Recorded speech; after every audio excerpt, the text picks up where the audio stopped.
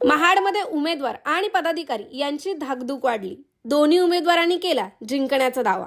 आमदार भरत गोगावले यांचा 40,000 पारचा नारा, तर स्नेहल जगताप यांचा 25,000 पारचा दावा। दोन्ही उमेदवार दावा करत असल्याने पदाधिकारी आणि कार्यकर्त्यांमध्ये धाकधूक। विधानसभा निवडणुका पार पडत आहेत आणि उमेदवारांचे भवितव्य ईव्हीएम मशीनमध्ये बंद झाले।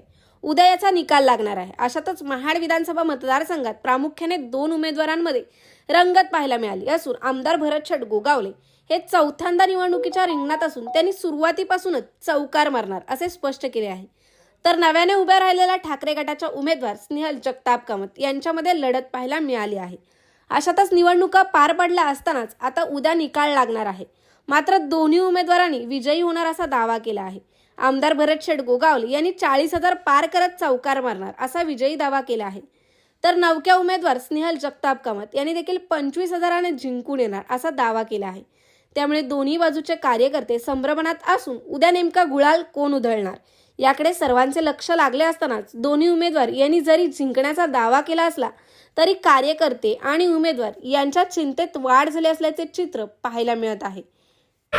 नमस्कार, मी मानसी शिंदे, तेज मराठी न्यूज चॅनलमध्ये आपल्या सगळ्यांचं स्वागत आहे।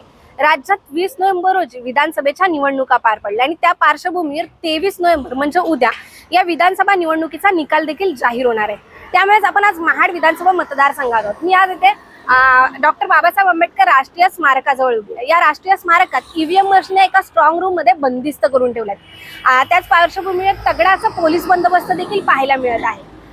महाड विधानसभा मतदारसंघातून 2 उमेदवारांमध्ये प्रामुख्याने लढत पाहायला मिळाली। पहिले म्हणजे 3 वेळा आमदार झाले आमदार भरत गोगावले आणि दुसरा म्हणजे स्नेहल जगताप कामत या ठाकरे गटाकडून उमेदवारी लढत होत्या।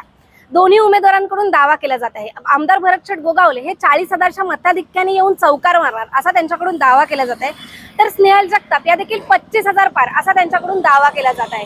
या पार्श्वभूमीवर आमदार भरत गोगावले आणि स्नेहल जगताप या दोन्ही उमेदवारांमध्ये धाकधूक निर्माण झाली। त्याचप्रमाणे कार्यकर्त्यांमध्ये देखील धाकधूक निर्माण झाल्याचं पाहायला मिळत आहे।